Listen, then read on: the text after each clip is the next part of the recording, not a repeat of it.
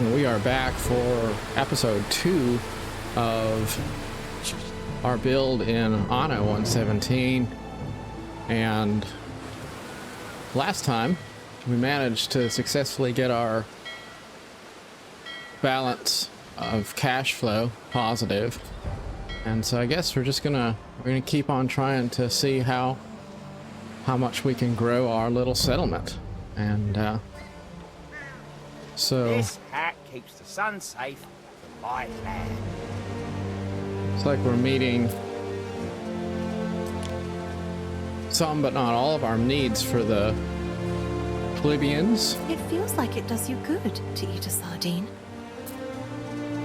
We are meeting all of the needs that our Libertus residences have, our lowest tier resident.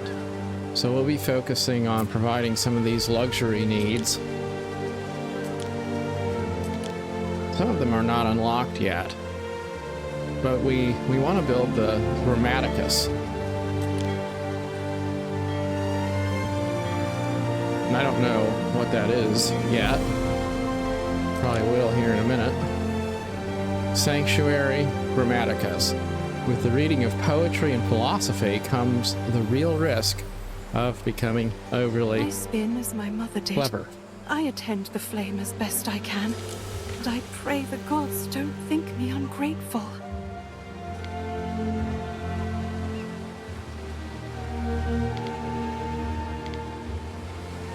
We're going to want that to be fairly close to the center of town. So I'm thinking we're probably going to have to displace some more homes.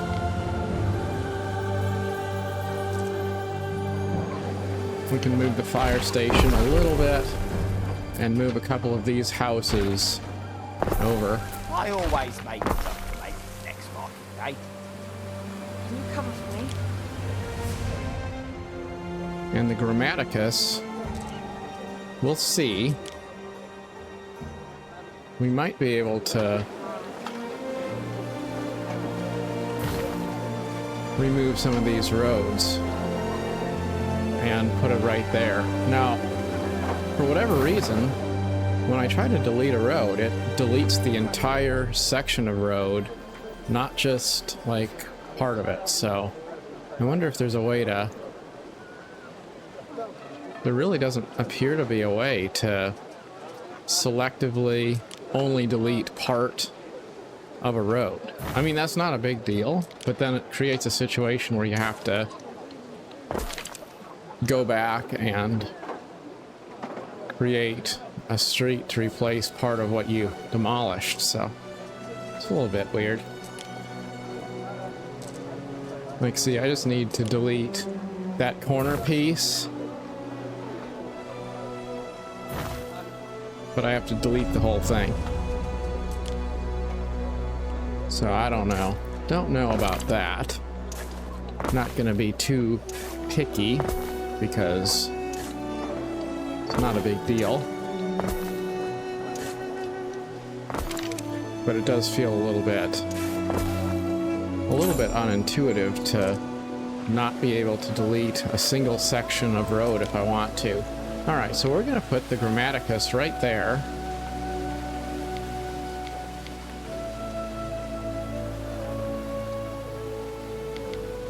I don't know, what direction do I want it to face?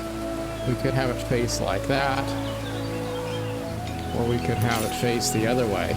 I think like that. That's probably how I want to do it.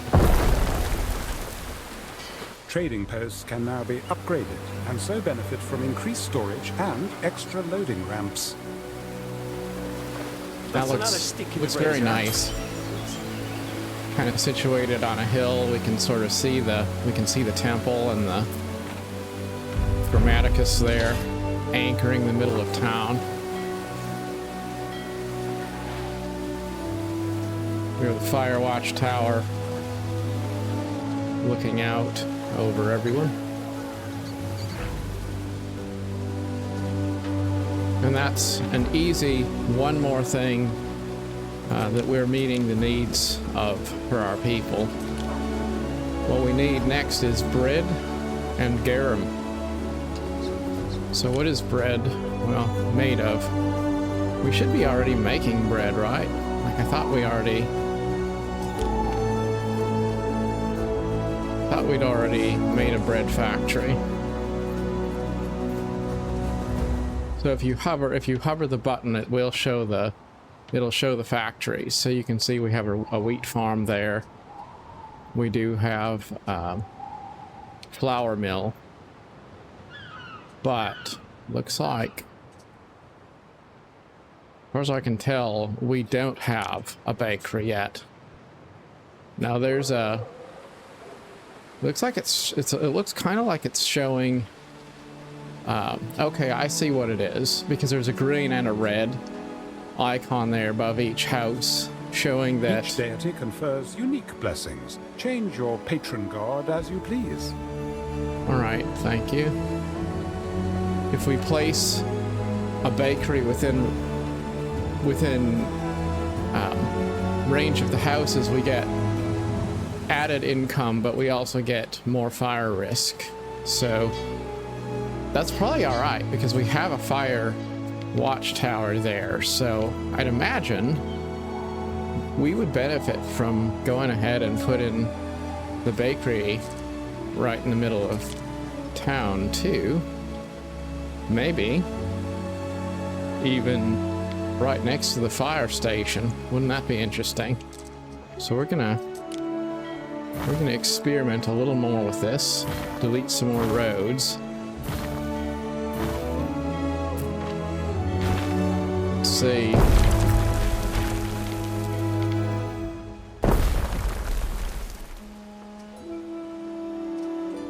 See if we can fit a bakery in there. And it's just coming back to me, because I actually had forgotten. If you want to rotate a building just using your mouse, you can do that. You click on the building, press down the left mouse button, and then while the left mouse button is pressed, you press the middle mouse wheel button, and then that lets you rotate the building. That's one thing I've always liked about Anno, that you can totally play the entirety of the game with just your computer mouse and absolutely no other inputs. You don't have to use the keyboard at all to play the game. And I've always thought, you know, that's really quite excellent. Especially If I like, had a tavern for my tombstone, I'd be the laughter in the walls. if you were, you know, say a young parent and you were trying to play a game and you had like an infant on your lap or something like that, right? Like there's those situations in life where it would just be nice to not have to have your hand constantly attached to a computer mouse to play. Salt to the sea. Anno is one of those games you can pretty much do everything with just the mouse. And then you have that right mouse click and drag to move, and wheel mouse to change your view angle. So you've got all of it. You've got all of it in an elegant Some ingredients are missing. mouse bite. We got the bakery here, missing goods, but we are within range of the trading post, so that should be fine. And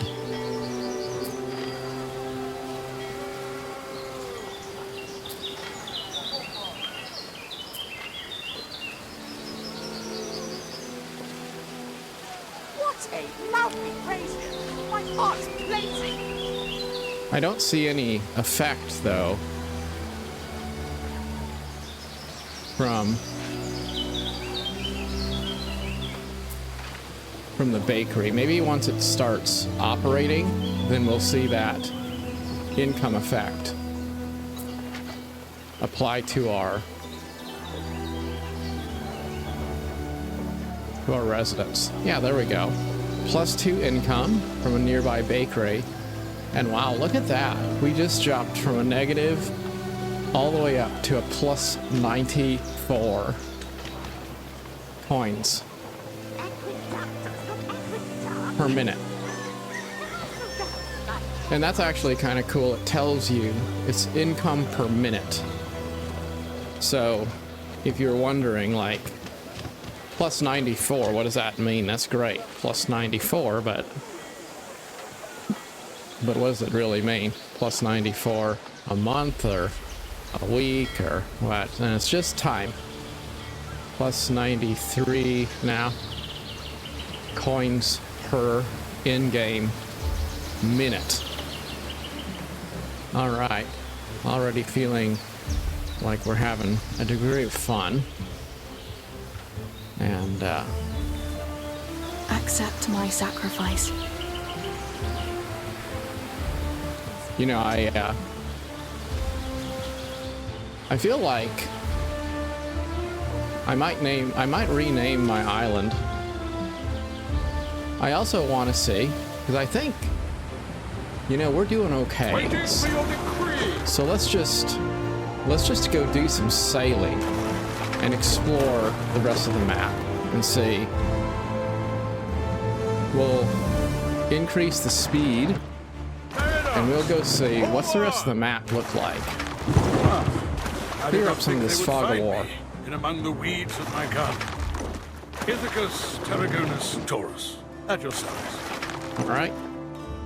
Seems like a nice gentleman there. Devotion to Ceres, the more plentiful their yields. See, we haven't met any NPC players that really start off trying to be particularly abrasive, so I always like to try to do a pretty peaceful playthrough, so we will see. But we are going to want to expand as soon as we can. Our scouts have sighted new land. To new islands. As do we. Because what we don't want is to create a situation where Our scouts have sighted new land. where our competitors take all of the land and then we don't have any options eventually when we're ready to move on. So as soon as possible, that should be our goal. Not really just to build a big settlement, but to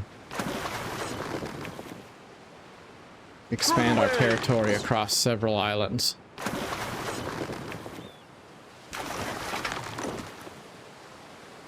Our scouts have sighted new land. Time flies. As do we.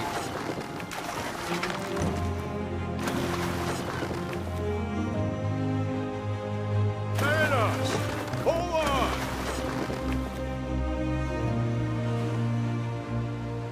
Festina Lente. It's interesting listening to the music, how it actually does sound a little reminiscent of some of the music from Anno 1800. Like, you can tell that the score shares some DNA with some of the soundtracks from 1800. I love the music in Anno. Like, it's Oh, Governor! absolutely Diana excellent. Augusta. Mother reckons keeping the codices does me good, but I'm literally dying to get back to Rome. Time All right. flies. As do we. So we have an NPC trader here, looks like. Diana. Mariners, forward! Our scouts have sighted new land. I kind of think that the map might be a little smaller than Our scouts have sighted new land. the maps in 1800. I'm not super sure. Mariners, forward! I could be wrong. It could be the same size. Festina Lente. It also could be that your home islands are a little bit bigger. We advance.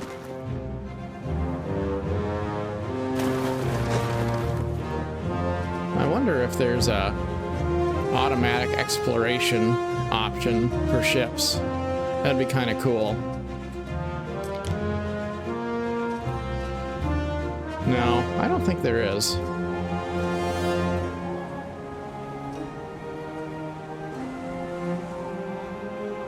Mariners, forward!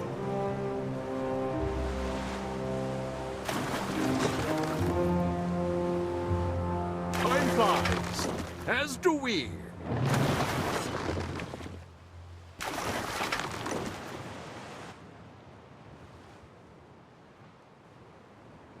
Festina Lente.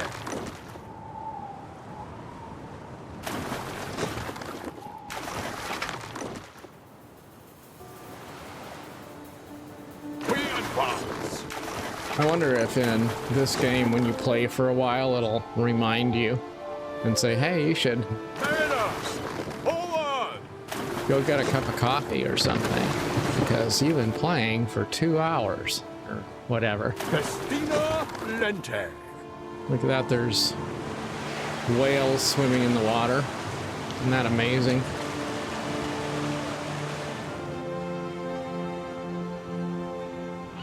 We advance.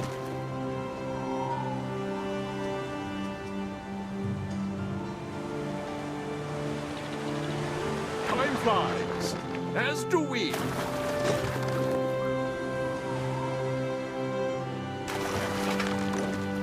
And if you hold shift, you can create waypoints. We we'll advance. send our ships on a little bit more of a lengthy trip Time around. flies, as do we. Our scouts have sighted new land. Around our island and back. Our scouts have sighted new land. Oh look, there's a pretty sizable island there.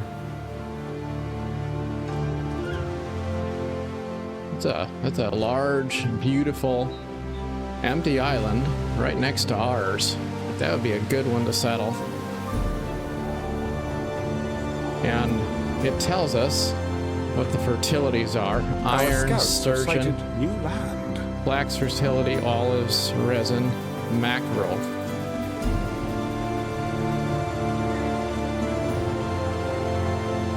So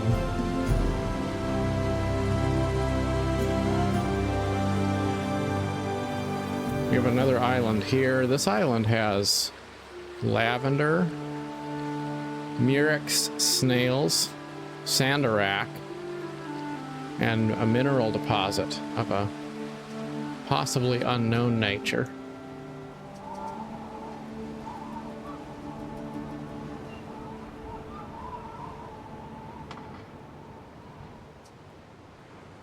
Neptune's finest!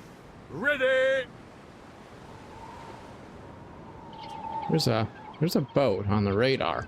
What is that? Kaiso Syracuse. We deal in acquisitions and human relations, in a manner of speaking. Oh. So, Restless raiders roam these seas. If anyone here is friendly, it is certainly not them. so there are pirates. Pirates. Of course. So, even if we are friendly with our immediate neighbors, What could you possibly require? we're going to have to worry about pirates. We So, advance. having only one ship, it might not be wise to go too far away. Mariners, You forward! might get attacked by a pirate. I don't know. All right, so we're starting to see our scouts have income. sighted new land. Income is starting to grow. It feels like it does you good to eat a sardine. You know, I don't eat sardines, I'll tell you. Never really thought I wanted to, and so I just didn't. So we'll do a salt pond here. And a Scomber's shack. It's a fishery. So that's interesting because we have a fishing hut. Look who's here. Produces sardines. The Scomber's shack is a fishery, but it produces mackerel. And so I just gotta say that's interesting. Because this is the first game that I have played where you have multiple different kinds of fishing shack in the early game. Kind of cool.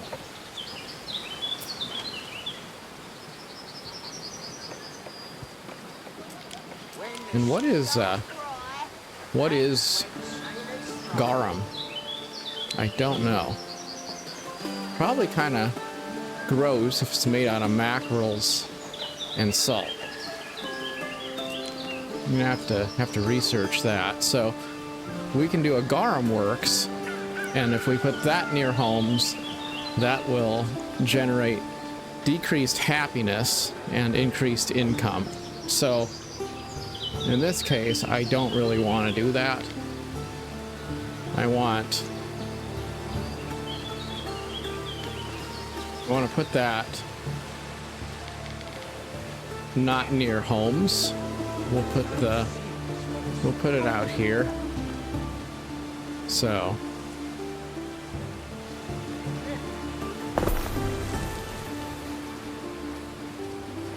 I try to stay calm. It's the only way to get things done. close enough to the storehouse that it can still be in range. Your city. But, oh no, look at that. What do we got? Fire broken out. Alright, well. Moment of truth. We do have a city watch. Oh, there we go. I'm afraid the flame that never goes out has gone out. Looks pretty substantial. Several buildings. We'll go down to ground level so we can see this. So some people are like jumping around waving their hands. And there's the fire burning in our houses.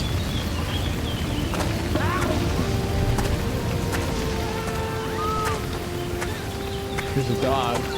Hello, dog.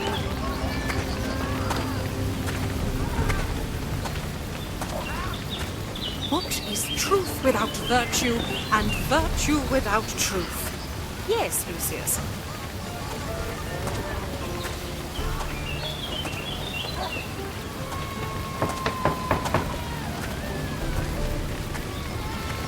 We'll see if we can get a good view of the fire brigade.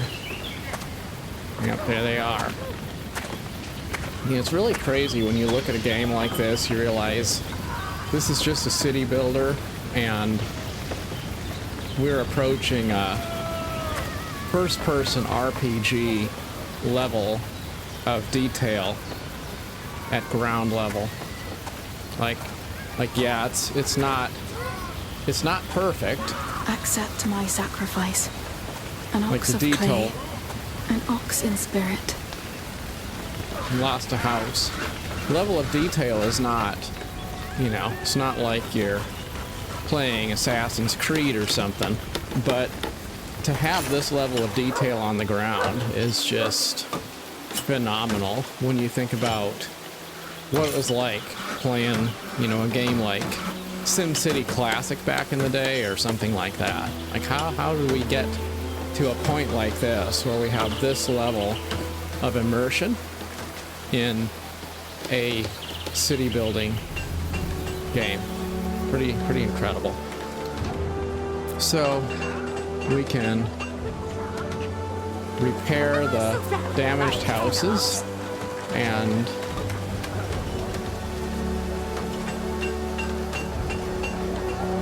looks like if a house is destroyed, it can be it can be automatically repaired after a while because the people will rebuild their own homes. But that's going to be like 13 minutes.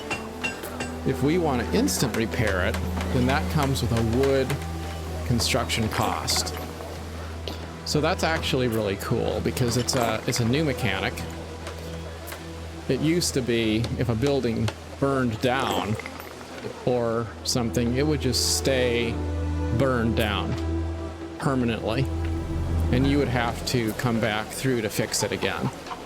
But in this case, there's a mechanic which will automatically repair those buildings. It just won't do it immediately.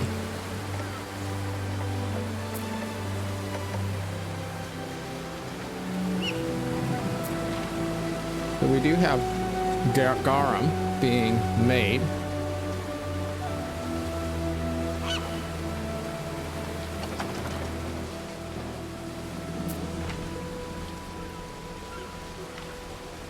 Neptune's finest!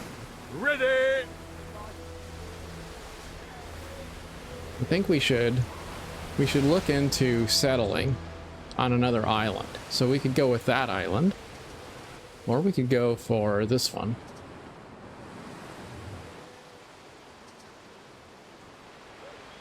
So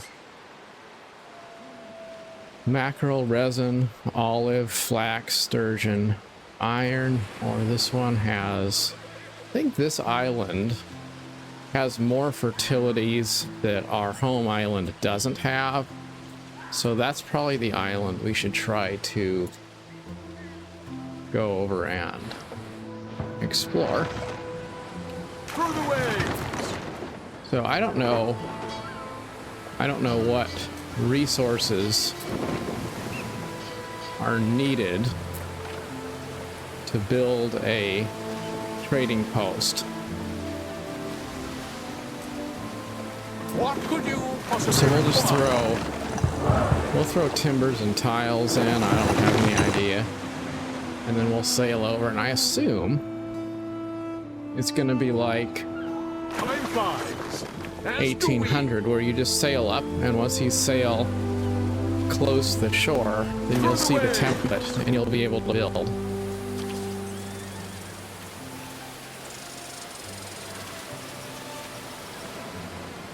I do see pirates kind of making their way in this area, so we might have to be a little cautious of them.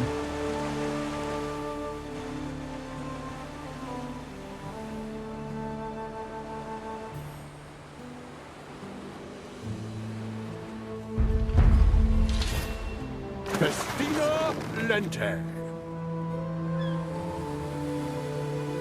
Yep. So we can build a trading post on this island wherever we want. Okay. So in this case, it's not about bringing resources, it's about bringing money. It's going to cost 22,500 coins for us to settle there, so we're going to have to work on saving up some money over here. Arm and leg fighting the Gauls. Now we want a sanctuary. So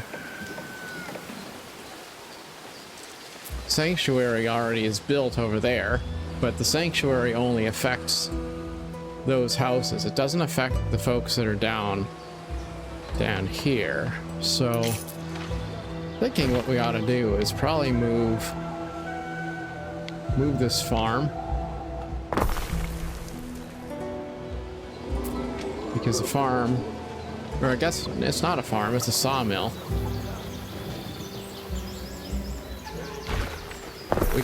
We can move this farm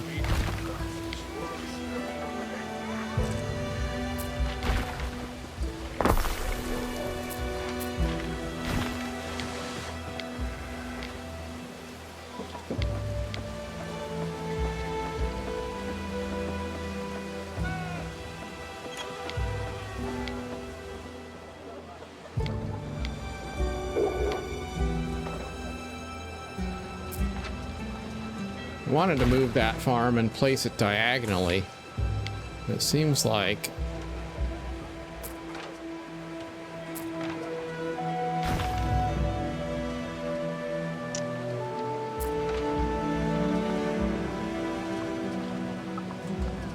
for whatever reason it won't let me do that.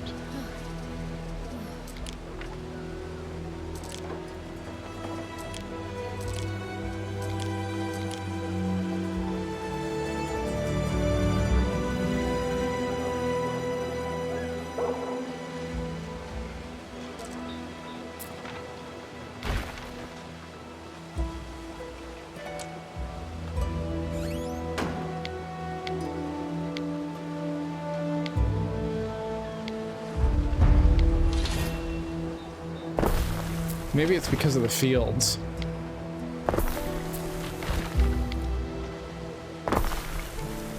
Aren't we forgetting something?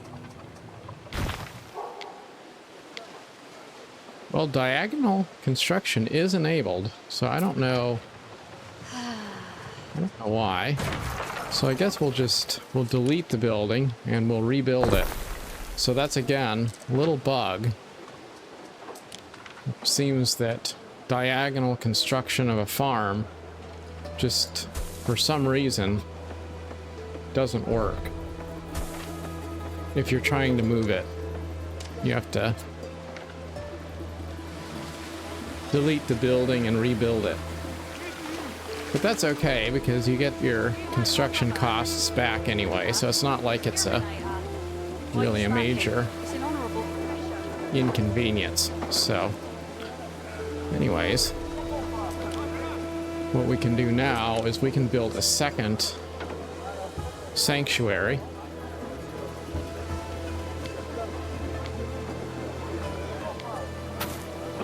Maybe.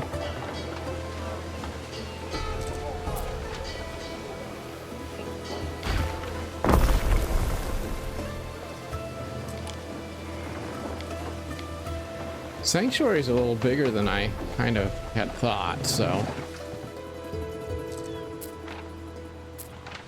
I'm gonna have to move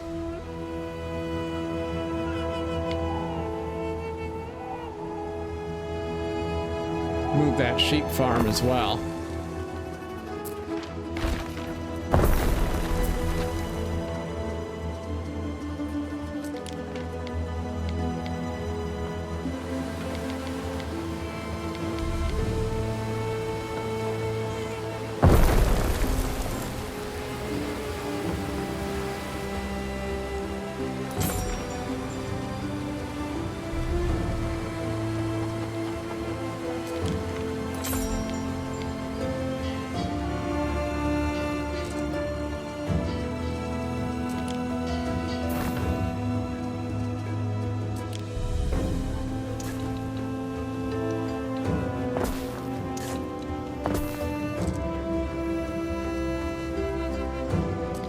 Build another Grammaticus.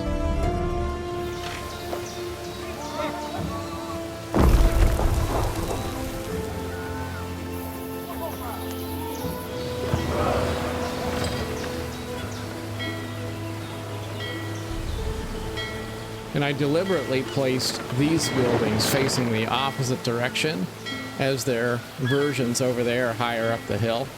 That way when you look at them from a distance, they look like different buildings. You don't have that. Shy of 100 oars moving. You don't have that look of them all being super samey looking. So, I would say that one thing that is a little bit frustrating is the whole not being able to move buildings at a diagonal. And then having to like delete and rebuild them. That's a little bit obnoxious. I've seen worse. Hear the debates of the Grammaticus from streets away. If we get 200 plebeians, or is it plebeians? I'm not sure. Plebeians, I think. Then we unlock sandals, which will be our next supply chain. And we'll also unlock Mercators, the next population tier. So I guess we should upgrade a few more residents. We have a surplus of both workforces, so we can afford to upgrade. I think we should upgrade houses surrounding the sanctuaries, because it would make sense that those would be probably the We should first. expand our fleet of ships for goods transportation and patrol of the seas. First homes that would probably upgrade, if this were a real place, would probably be the ones that are near services.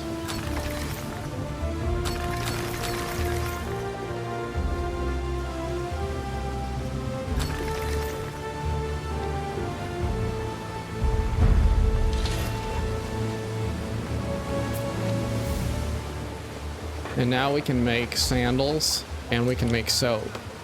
So that opens up pig farms, tanneries, and sandal maker. We already have some salt ponds. Oh, we can also make ships. So, you know, I think we're going to ignore the shipbuilding thing for a moment. And we're going to do the pig farm. Pig farm they should be as far away as possible from everybody, because nobody likes to live next to pig farm.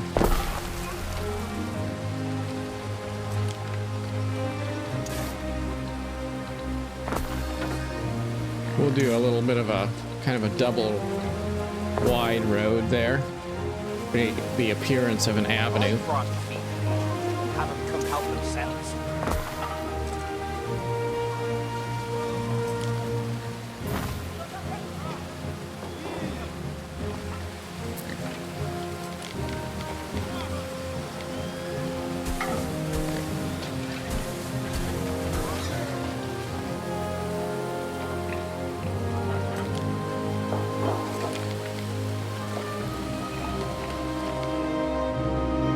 Next comes the tannery. And finally the sandal maker. So, sandal maker is going to give us added income for buildings within a radius. So this is again going to be a building we do want to put into the middle of town if we can. Close to the middle of town as possible. And just to clarify, that radius affects buildings that don't necessarily have residents in them. So it's not just houses, it's everything. So like the trading post also will generate added income by having the sandal maker nearby. So if we could put it, say right there, that's 64 buildings it'll affect.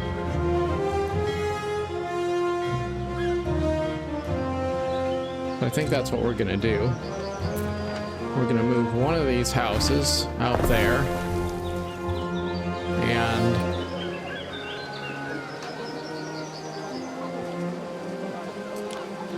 There is a shortage of workforce in one of your cities. that's not good.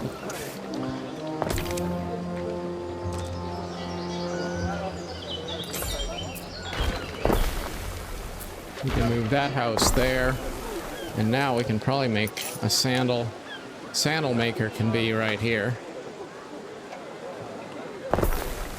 That's gonna dramatically improve our income, probably.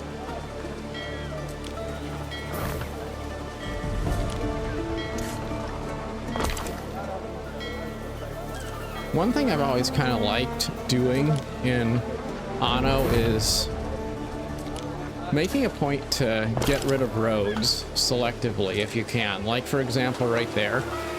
We don't need a road to go all the way through there necessarily.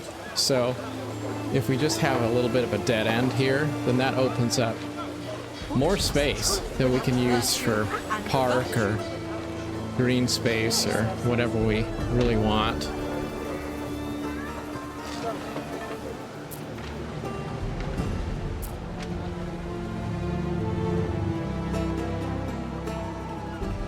It really is interesting, though, having this new mechanic of areas of effect where you look at a building and, like, for example, if we were playing Anno 1800, I would have probably put the sandal maker somewhere over here because I have the pig farm and then I've got the tannery. You'll never So I'll just get plop deals the out of me that way. I'll just plop the sandal maker there and call it a day. But then I look in this game and I realize, well, I'm going to benefit from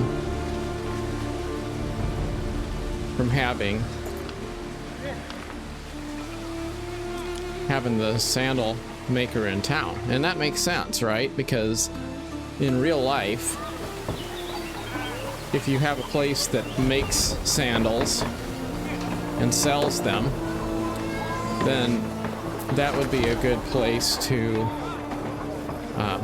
well, it would either be a good place to work in town so people can get there easily, or it might 20 be more years of this ahead of me, and that's if I'm lucky. it might be kind of like a marketplace too, right? Because like today, if you have a shoemaker, well, the factory isn't going to be where you go to buy your shoes, but if you're talking about 117 AD, then probably you would go to the sandal maker if you want to get yourself some sandals, right?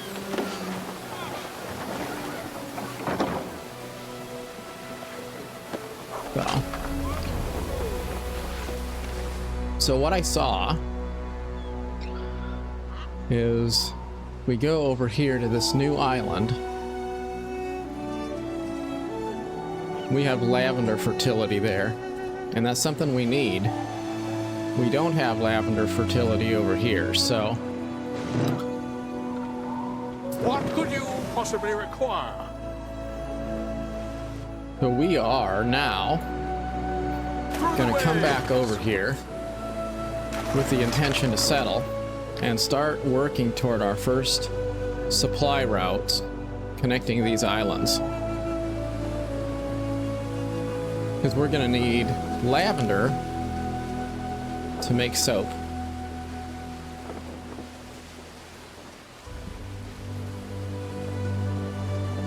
Now what I want to do is take a little bit of a break. We're gonna go to research and see what we can do next to improve our Has started in your city. our research. Range of markets, 25% increase. That could be good. Quarter mastery. Cargo weight slowdown is decreased. We get more cargo slots. That's probably good for trade, right? Voluntary vigilance. As our cities grow, so too the fires. Perhaps the forces of our vigils ought to grow as well. Increase the number of firefighting brigades. Sure.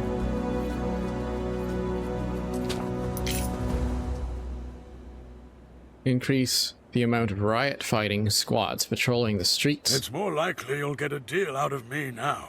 And watchtowers. Increase happiness nearby. Well, that could be super good. Cult of Minerva. If only we were as owls, listening more than we spoke, then would we be wise.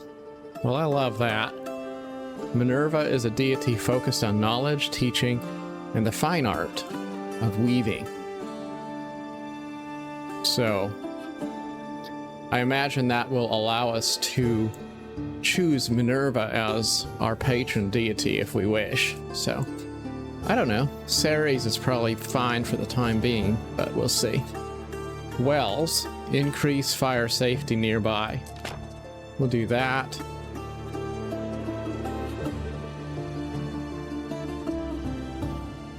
And What is this? Patrols. Reduce the running costs of each of your warehouses. Well, I think that's probably fine for the time being. That's another 5 things in the queue to research. I wanted to see about statistics screens to see, like, what's our supply and demand look like, and how does the game do at telling us about production. There we go. So statistics.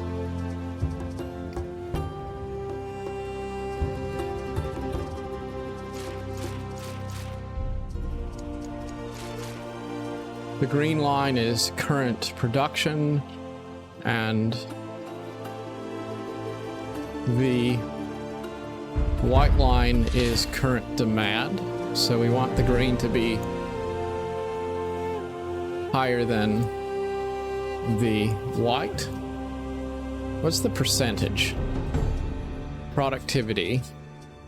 So oats are productivity of, well, 1, when we could have a productivity of 2. So my question is, why are our wheat fields less productive than they ought to be?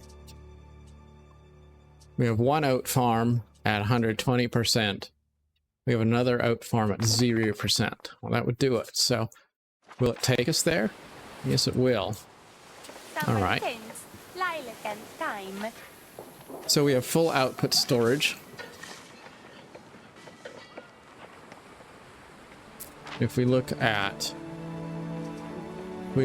oats, all right. What's another stalk, Your Honor?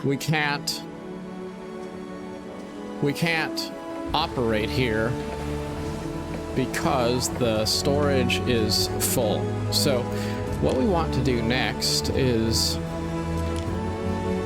go back and look to see what can we do with that resource, right? So porridge stand. We'll do another porridge stand.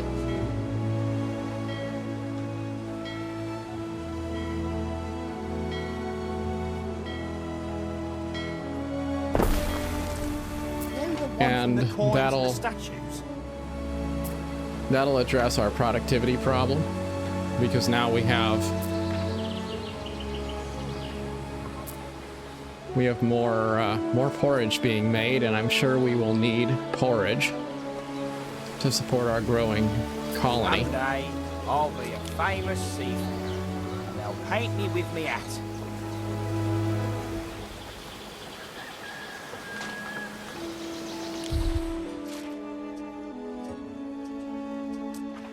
So just to clarify, that brings up our research,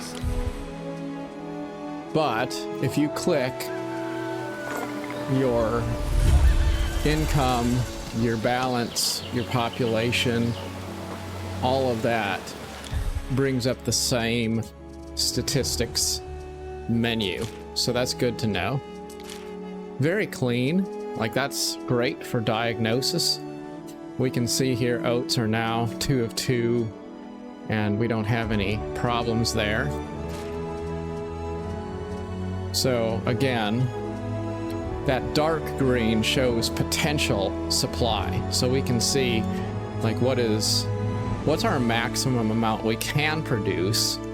And if you don't see that line all the way filled up, it probably means that you're not producing because there's a bottleneck further down the line. So like we would look at hemp as well and say, well, what is it that we can do to increase the demand for hemp, because we have too much demand, too much supply for the demand. And that's interesting to see it put in those terms, because it really makes you see and understand graphically how a shortage of demand can be just as bad as a shortage of supply, because bottlenecks will create problems for you. And I really like that. I think it's just in general, it's very educational, and at a high level, it illustrates economics in a way that is very elegant for a game. And here we have our total cost, gain, and our profit and loss. Very elegant, very easy to read. We can see what's costing us.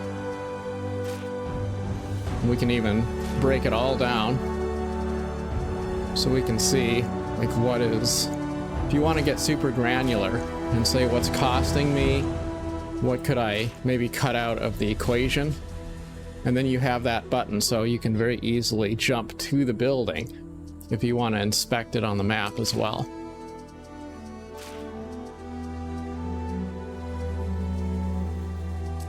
And accolades. I haven't looked at this screen yet, so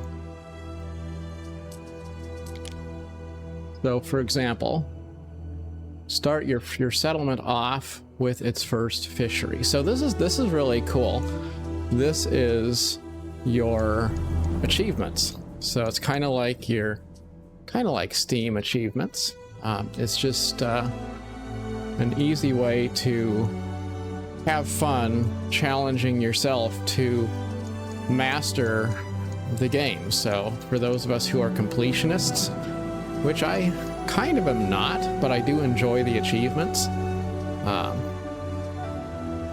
that'll be super fun to see that. All right, so 32,000 denaries in our treasury. We now can come over here and we can settle this new island, and we're going to call this. The difficult second step has been achieved with aplomb. Your confidence knows no bounds. We're going to call this settlement Daggerfall, after another one of my favorite cities in the Elder Scrolls, because that is our commitment here. We're going to try to make all of our names of things, if possible, make them Elder Scrolls related. Now, one thing I'm noticing is when you go to purchase this warehouse for the first time, the contents of your ship will immediately automatically be added to the inventory of the trading post. So you don't have to worry about that. I think I'm gonna also just off topic rename my ship here. This is our first ship, and we're gonna call it Enterprise, because in addition to being a Elder Scrolls fan, I'm a Star Trek fan, so ships have to be given Star Trek names if that's a possibility. And so now we have a new settlement, and it is time to look into the possibility of creating some lavender fields for ourselves. You know, when you talk about lavender fields, I've got to say, there's something absolutely beautiful about going to Sequim, Washington. We've never been there. It's on the Olympic Peninsula. It's pretty remote, and you look out over the ocean, over the North Puget Sound, big cliffs, lighthouse, you have the Dungeness Spit, and you have lavender fields everywhere, and it's just so idyllic. There's a lovely little coffee shop downtown. I always liked to go there, and I can't look at a lavender field without thinking about wanting to go back someday to visit Sequim, Washington once again, just because you know? Looking out over the Pacific Ocean while you're surrounded by lavender fields. Pretty great. Pretty great. It's one hell of a storm. So, this isn't going to just be about building lavender fields, but what I am noticing is we get a little bit of workforce. A little bit of workforce, even though we don't have any houses. So, looks like each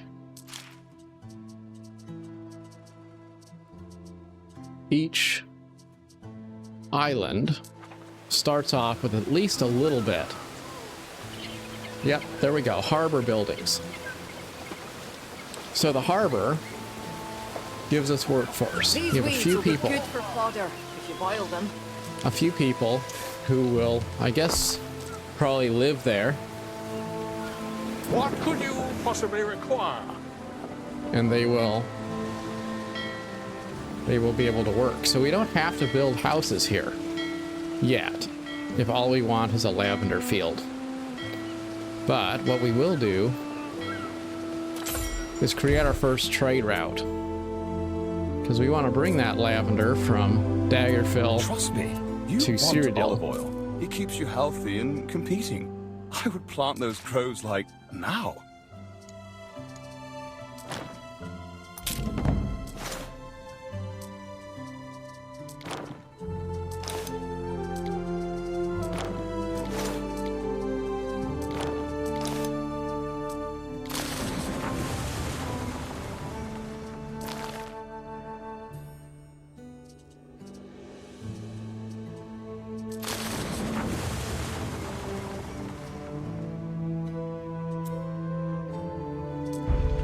And just like that,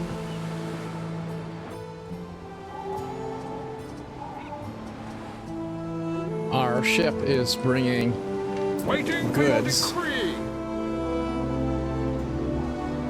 back to the home island. One thing we're going to want to think about is, are we exporting things when possible and practical?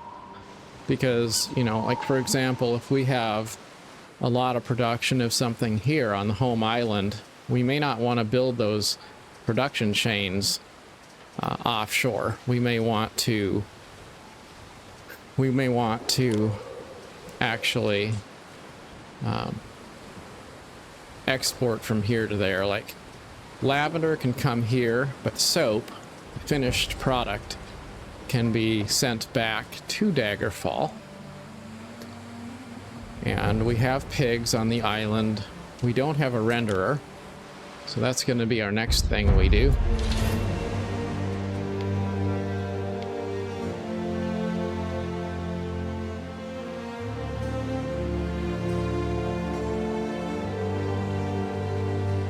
We'll put it right there. Everything is perfect for the governor's visit.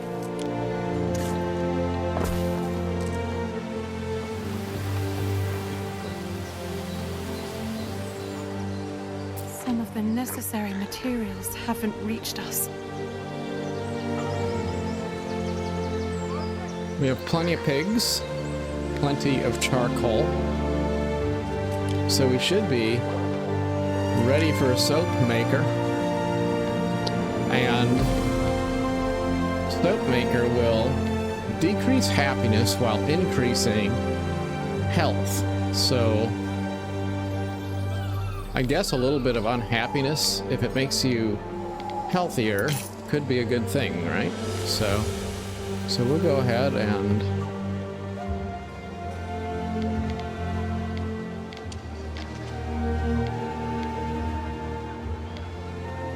we'll add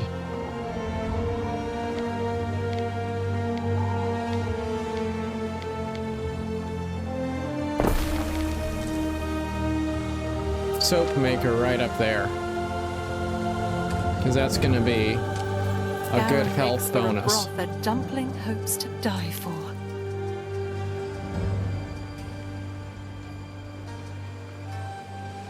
There's a better spot for Now we it. do have a little bit of an issue here though, because this woodcutter was on the edge of town and now it's in the middle of town, so I think it's time to actually move that.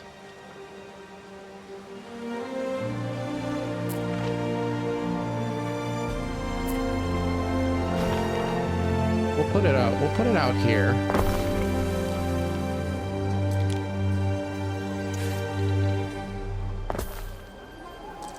Can't stuff all that down me folds. And if we build this road all the way through,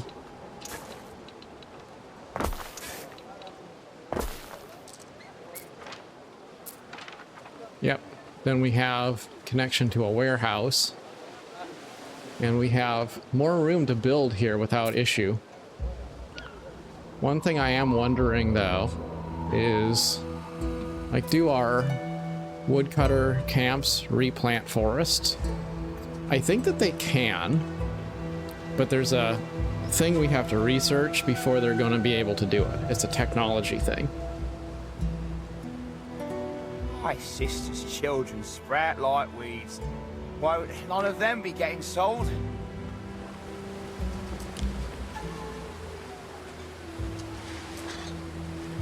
An island you control has no patron god. Pick a patron god to reap the benefits of belief. Alright. So, that's good to know.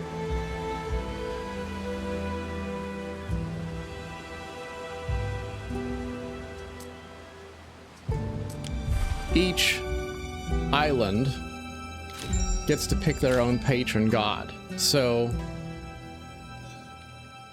like if we researched Minerva, for example, then we could have Minerva be the patron god of one island, but not the other, right? So that's kind of good to know. When you pick one, it's not just like account wide, it's per island.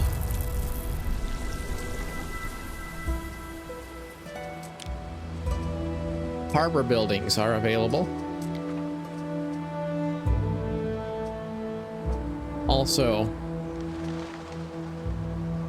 Custodia fights unrest, so that's basically a police station. Watchtower, increase happiness nearby. Well, I think that would be a good thing. Let's build watchtowers and see if we build one right there. That'll affect front part of our town.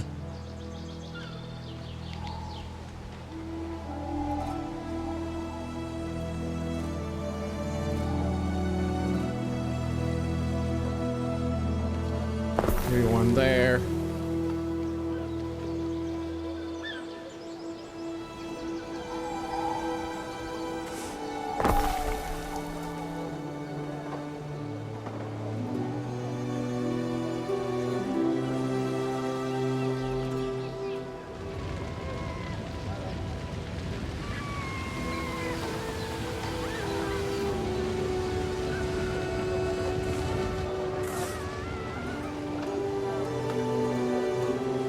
Well, I don't know. We'll put one more right there, so.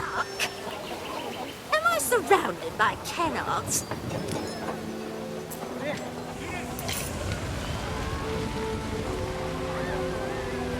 And each watchtower costs us 5 denarii and 3 workforce.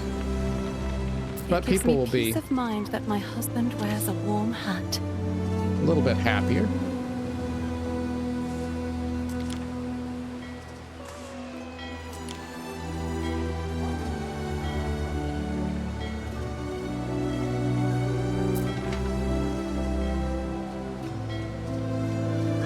We're gonna have to build more lavender fields, looks like, because that one lavender field is not enough at the moment to keep our our entire population's soap needs fulfilled.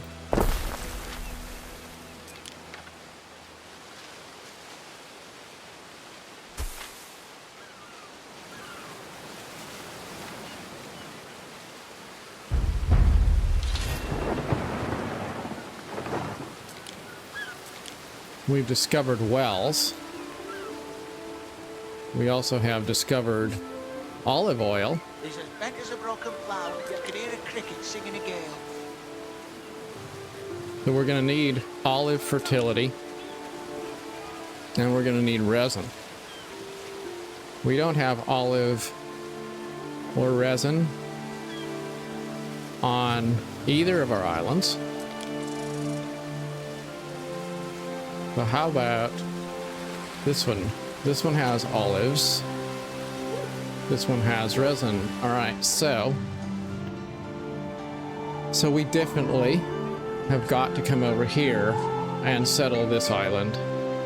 And that's going to give us 3 big islands that we can use to get our production up to par. But we only have 1 ship, so what we need to do is get with it and start building shipyard. We'll need the ropes and the sails too. So I think we'll put the shipyard out here. First shipyard is a first paddle into this great wide world. That's a pretty amazing building, really. Like if you imagine in ancient Roman times, like it's a pretty solid structure there.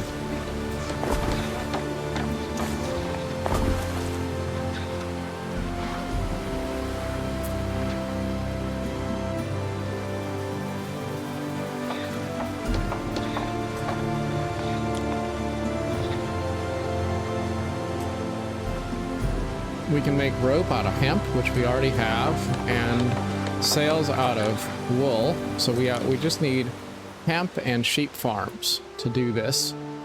We already have that, so no worries. And it looks like sail makers and rope makers don't have any particular buffs, so we can just put them wherever we want. I think we'll put them out here because we have room.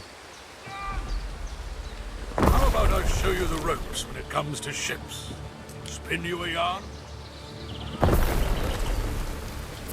And now you make sail. May Aeolus bag of winds help and not hinder.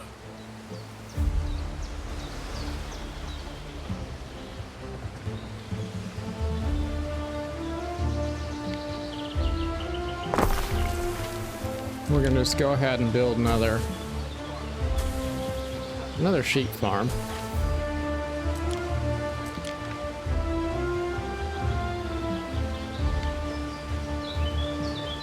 And another hemp farm because I'm sure we're gonna need it.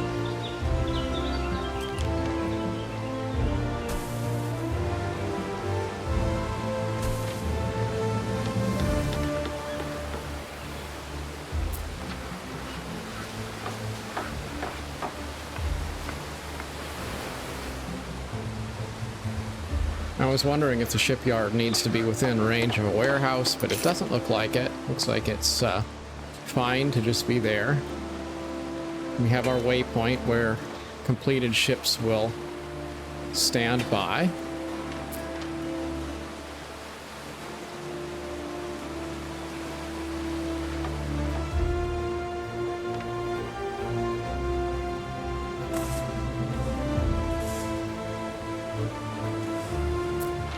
Now it's just a matter of waiting for those resources to be made, which will only just take a moment, and then we can start constructing ships, our very first ships.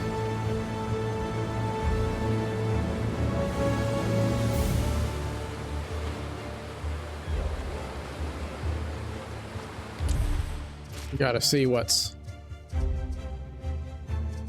costing us money here. Governance is our P&L. So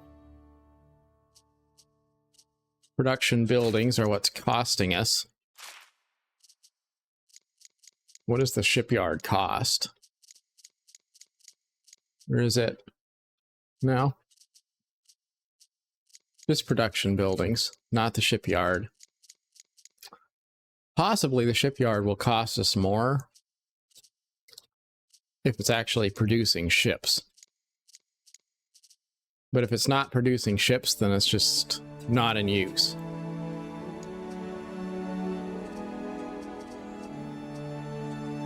Something, though, like public services. See, something is like fluctuating.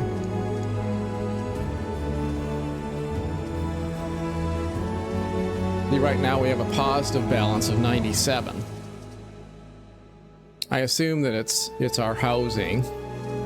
Our residents are not bringing in a consistent income because some resource is intermittently running out. Like, see? That income level fell, so... It feels like it does you good to eat a sardine. So what we're going to want to do is look to see what needs are possibly being underserved. What happens in Taverna stays in Taverna. My husband sometimes looks like a soldier now he wears his Tunics. sandals. Tunics are dipping. So that's probably what we need to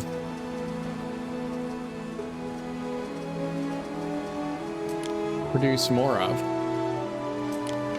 One is not enough.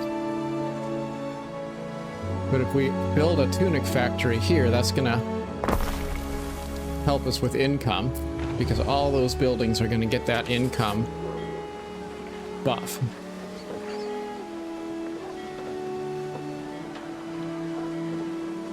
And it's gonna help us with the dripping with oil, picking me teeth with the bones. Dipping supply of tunics,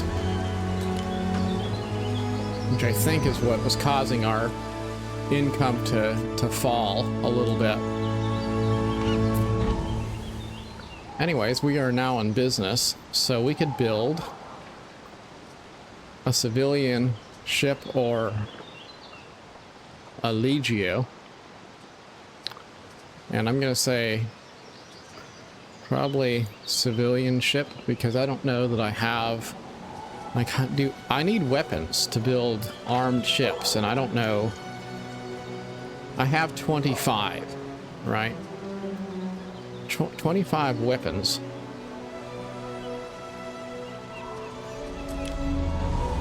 So I wonder,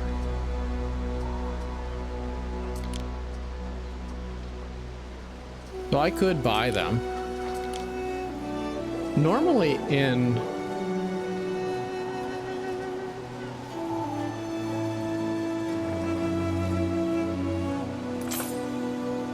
Anno, I have never really went out of my way to purchase stuff.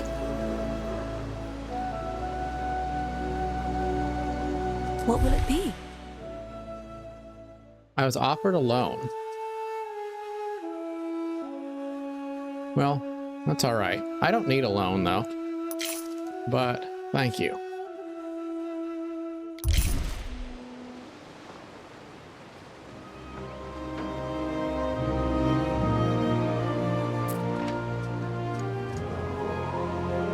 So since we can purchase weapons as needed, we're going to just go ahead and buy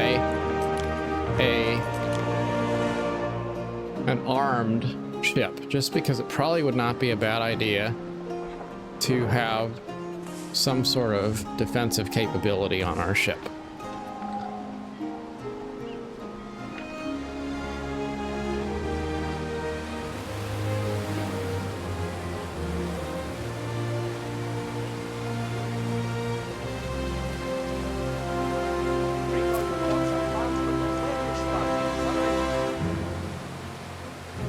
And I believe the trading vessels will come by every so often. So if you just put a buy order in for something, the ships will come and build it and sell it to you. So you don't have to worry about that too much.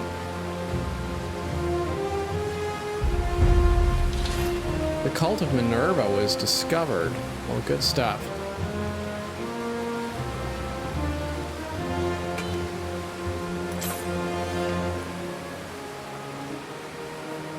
Diana completed a trade.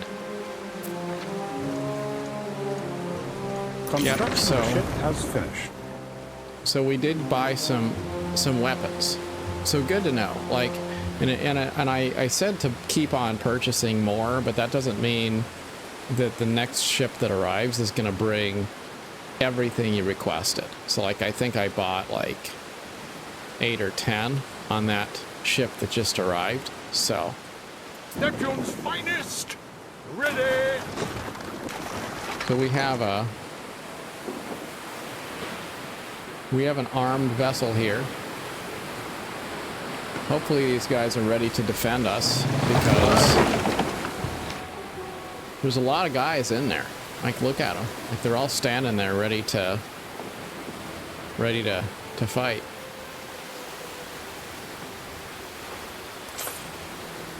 So that can be our first trade ship for our next island that we are going to settle.